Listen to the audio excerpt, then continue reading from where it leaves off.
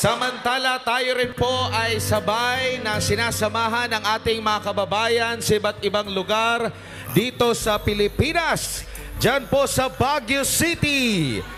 sa Santa Maria, Bulacan, sa Barangay Batasan Hills, Quezon City, sa Cainta, Rizal, sa Imus, Cavite, sa Liloan, Cebu,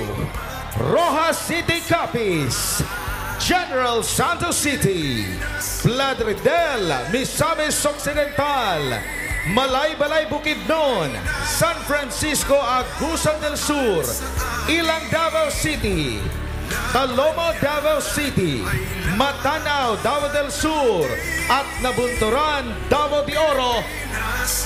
at marami pang mga lugar sabay-sabay nakikiisa sa ating ngayong araw na ito.